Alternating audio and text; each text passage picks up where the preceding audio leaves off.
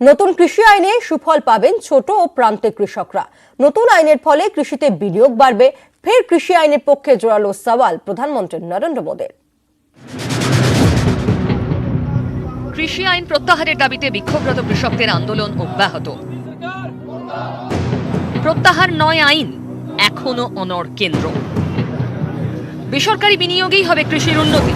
দেশে কৃষি ক্ষেত্রে এতদিন সবচেয়ে কম বেসরকারি বিনিয়োগ হয়েছে। নতুন আইনে বাজারে সুবিধা পাবেন কৃষকরাই, তৈরি হবে নতুন বিকল্প। দাবি প্রধানমন্ত্রী নরেন্দ্র মোদীর।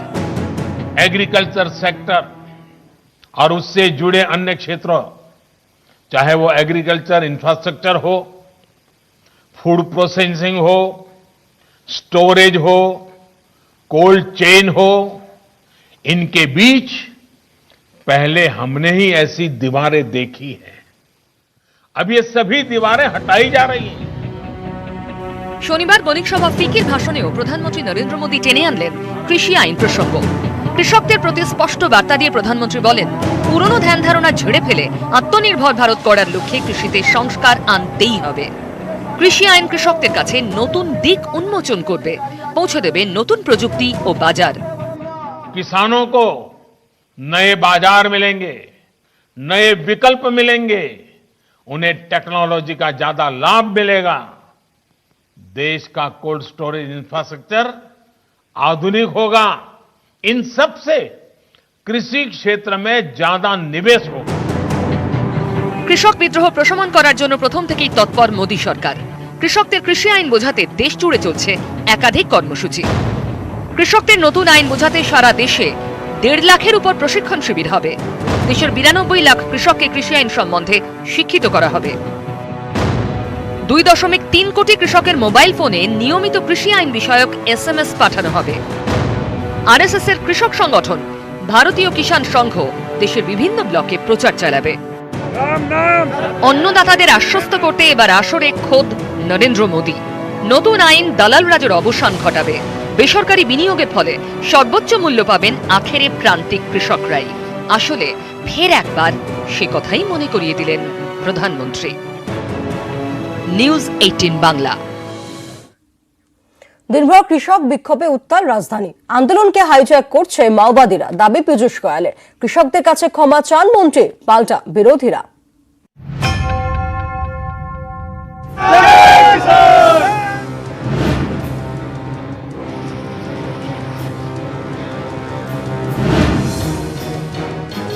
আক্রমণ পাল্টা আক্রমণে সরগরম রাজধানী। নরমে গরমে চলছে কৃষকদের শান্ত করার কাজ।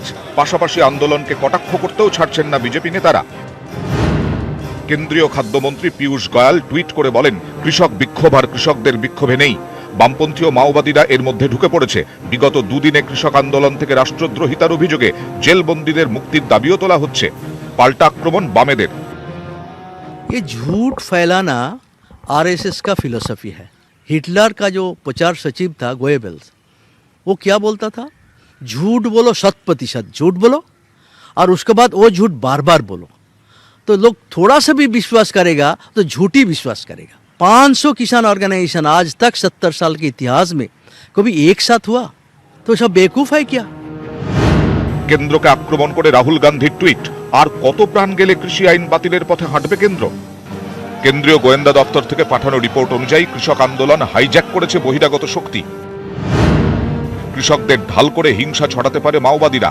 দিল্লি জয়পুর হাইওয়ে দখল করতে কৃষকদের উস্কানি দিচ্ছে তারা। সরকারি সম্পত্তি ধ্বংসেরও ষড়যন্ত্র করেছে তারা, আশঙ্কা গোয়েন্দাদের। পাল্টা সরব কৃষকরাও। কৃষক সংগঠনের পাল্টা দাবি, সরকার যদি আন্দোলনকারীদের দেশবিরোধী গতিবিধি দেখতে পায় তাহলে তাদের গ্রেফতার করছে না কেন? রবিবার প্রায় 1000 কৃষক ট্রাক্টর চালিয়ে রাজস্থান থেকে দিল্লির উদ্দেশ্যে রওনা দিচ্ছেন। যতদিন না আইন প্রত্যাহার হবে রাজধানী অবরুদ্ধ থাকবে, হুঁশিয়ারি কৃষকদের। নিউজ 18 বাংলা। কৃষি বিক্ষোভের আজ সুদূর মার্কিন মুলুকে। ওয়াশিংটনে ভারতীয় দূতাবাসের সামনে গান্ধী মূর্তির মুখ বিকৃতি। লেপে দেওয়া হলো কালি। মূর্তির মুখ ঢেকে দেওয়া হয় খালিস্তানি পতাকায়। দূতাবাসের পক্ষ থেকে স্থানীয় প্রশাসনের কাছে অভিযোগ দায়ের করা হয়। ਮਾਰਕੀਟ ਕਮੇਟੀਆਂ ਦੇ ਯਾਰਡ ਜਿਹੜੇ ਐ ਕੁੱਲ ਮਿਲਾ ਕੇ ਨਵੀਂ ਨਹੀਂ ਹੈ ਸਾਡੇ ਦਾਦਿਆਂ ਨੇ ਪੰਜਾਬੀ ਸੂਬੇ when you look at India the prime minister of the trade area নজর রাখছি পরে খবরে।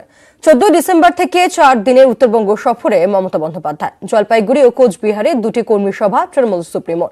সভার প্রস্তুতি তুঙ্গে। 21-এর ভোটের আগে এই দুই কর্মী সভা থেকে কি বার্তা দেন তৃণমূল সুপ্রিমো তথা মুখ্যমন্ত্রী, তৃণমূল নেতা কর্মীরা সেই দিকেই তাকে।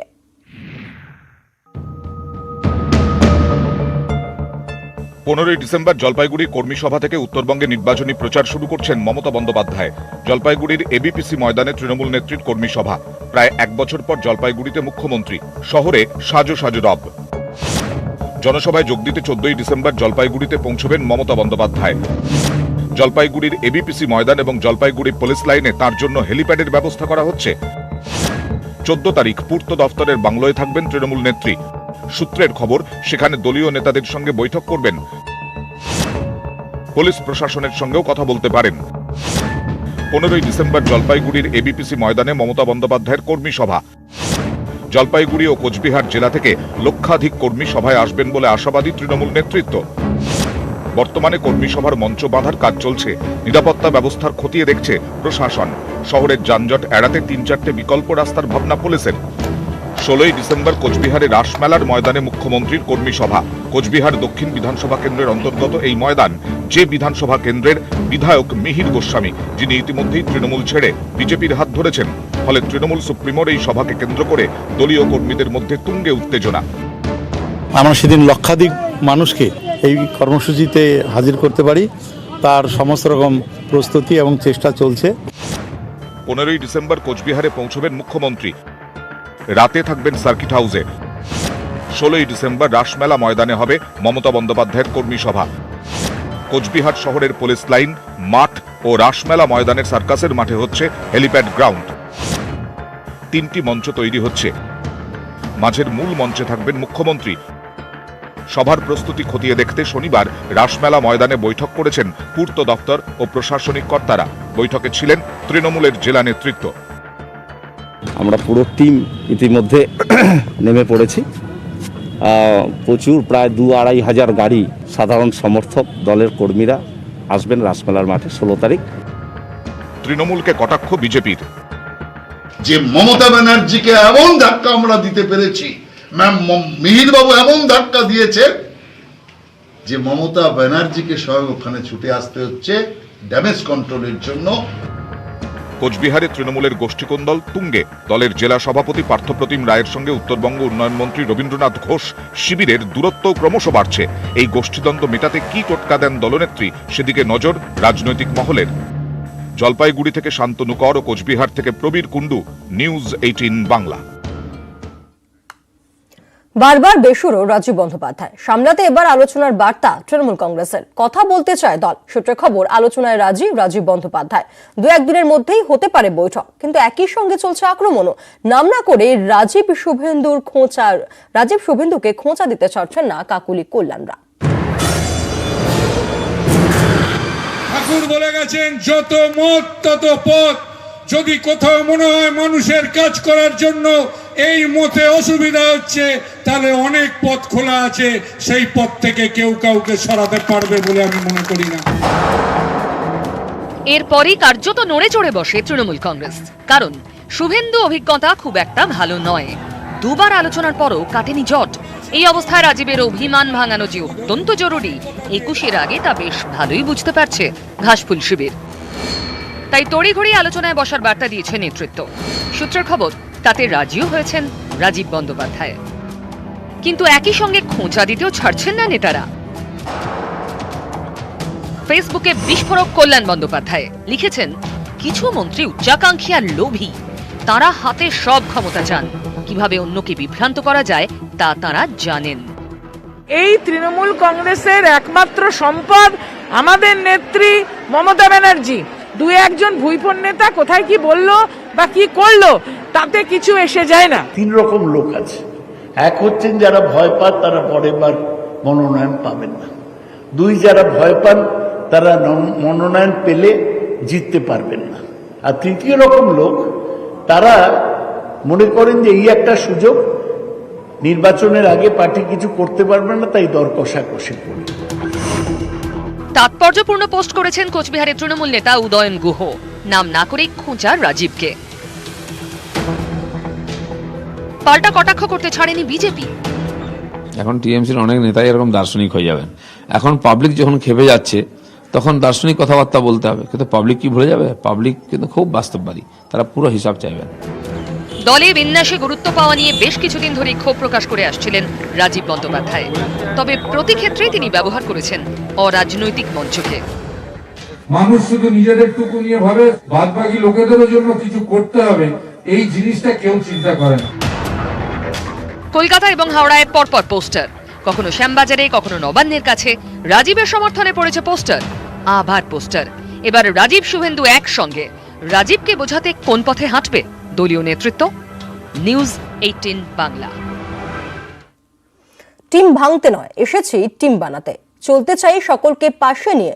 21-এর আগে বার্তা লক্ষ্মীরতন শুক্লা। নিউজ 18-কে একান্ত সাক্ষাৎকারে জানালেন আগামী দিনে কখনোই তিনি হাঁটবেন না টায়রা বাঁকা পথে।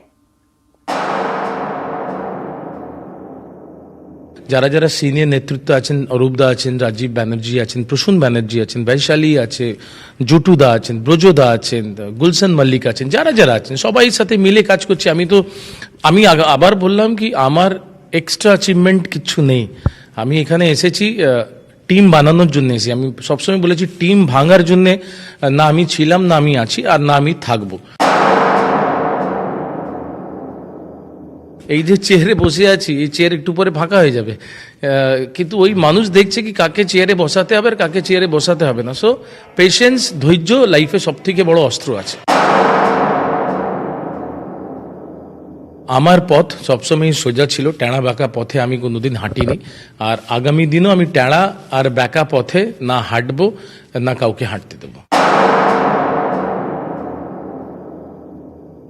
যারা যারা তারা কারা আছেন তারা সেটাও কিন্তু মানুষ কিন্তু চিনবেন। মানুষ কিন্তু দেখছেন কি কে রক্ত বার করছে আর কে রক্ত আটকানোর চেষ্টা করছে।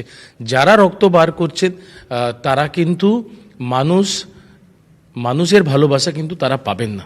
আমাদের বাংলাকে যদি কেউ রক্তপাত করতে চায় তাহলে সে বাংলাটা নষ্ট হয়ে যাবে, সেটা কিন্তু মানুষ নষ্ট হতে দেবেন না। আমি আপনাদের মাধ্যম থেকে সবাইকে অনুরোধ করে বলছি কি বাংলাকে বাংলা থাকতে দিন। তার দাবি রাজনীতির যে নীতি রয়েছে সেই নীতি মেনে চলুক প্রত্যেক রাজনীতিবিদেরাই। ক্যামেরায় বিপুলের সঙ্গে দেবাশিস চক্রবর্তী, নিউজ 18 বাংলা, হাওড়া। চিন্তা নেই, তবে দ্রুত সিএএ কার্যকর করা হবে। মতুয়াদের খাস তালুকে গিয়ে দাবি করলেন বিজেপির কৈলাস বিজয়বর্গীয়। মতুয়ারা তো নাগরিকই, আবার কিসের নাগরিকত্ব? পাল্টা সরব তৃণমূল কংগ্রেস।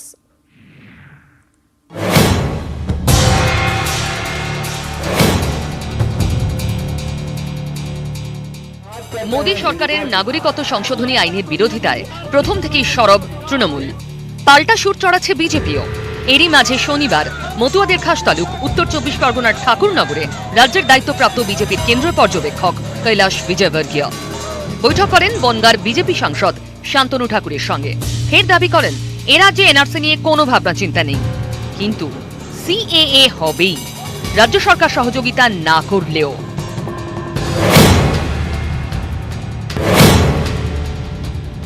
स्टेट की कोई आवश्यकता नहीं। सेंट्रल गवर्नमेंट सक्षम है सीए लागू करने के लिए। अगर स्टेट सहयोग देगा तो भी लागू करेंगे और नहीं देगा तो भी लागू करेंगे। मथुआ समाज, नमो शूद्र समाज, ऐसे लोग जो पाकिस्तान, बांग्लादेश से धार्मिक रूप से प्रताड़ित होकर यहाँ पर आए, शरणार्थी की जिंदगी जी रहे हैं, उनको नागरिकता देंगे, चाहे वो कोई भी हो। हमारी जवाबदारी ये है कि हम उन सब लोगों को नागरिकता दें और हम देके रहेंगे।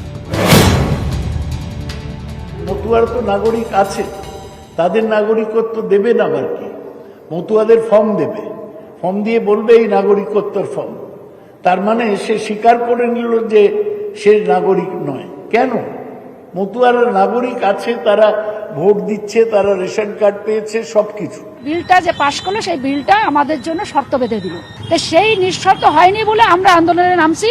আমরা 28 তারিখে আমরা এটার প্রতিবাদ, আমরা ধর্নায় বসছি ঠাকুরবাড়ি, যে আমরা কোনো আবেদন করে ফর্ম ভরে আমরা নাগরিকত্ব নেব না। রাজ্যের প্রায় 40টি বিধানসভা আসনে মতুয়াদের প্রভাব রয়েছে। একসময় মতুয়াদের সিংহভাগের সমর্থন ছিল তৃণমূলের দিকে, কিন্তু 2019 সালের লোকসভা ভোটে হাওয়া ঘোরে। মতুয়া প্রভাবিত বনগাঁ এবং রানাঘাটে জেতে বিজেপি। পর্যবেক্ষকদের একাংশের মতে সিএএ অস্ত্রের শান দিয়েই মতুয়াদের মন জয় করে বিজেপি। কিন্তু এখনো সেই সিএএ কার্যকর হয়নি। এ নিয়ে মতুয়াদের একাংশের মনে ক্ষোভ। সিএ ইমপ্লিমেন্ট হবে সেটা যদি স্বয়ং স্বরাষ্ট্রমন্ত্রী নিজে এসে ঘোষণা করেন তাহলে আমাদের ক্ষেত্রে বার্ডেন থাকে না। যে ডিক্লেয়ারটা উনি নিজে করে যাক তাহলে আমাদের দায়বদ্ধতা থাকে না, আমরাও বলতে পারবো মানুষের কাছে যে অমুক দিন এটা ইমপ্লিমেন্ট হচ্ছে সোসাইটিতে। जनवरी फर्स्ट वीक में हम गृह मंत्री जी के यहाँ सभा करेंगे आगे। পর্যবেক্ষকদের একাংশের মতে বিজেপির এটা দ্বিমুখী কৌশল। একদিকে কৈলাস দাবি করছেন খুব দ্রুত সিএএ কার্যকর হয়ে যাবে, আর একদিকে কিছুটা ভিন্ন সুর বিজেপি সাংসদ শান্তনু ঠাকুরের। সিএএ লাগু করতে দেরি হওয়ায় মতুয়াদের একাংশের মনে যে ক্ষোভ, তাকেও যে গুরুত্ব দিয়ে দেখা হচ্ছে, এটা বোঝাতে কি শান্তনুর এরকম ভিন্ন সুর? এই নিয়েই তৈরি হয়েছে জল্পনা। উত্তর 24 পরগনা থেকে ক্যামেরা সৌমেন দাসের সঙ্গে ইরণ রায় বর্মন ও অনিরুদ্ধ কীর্তনিয়া, নিউজ 18 বাংলা।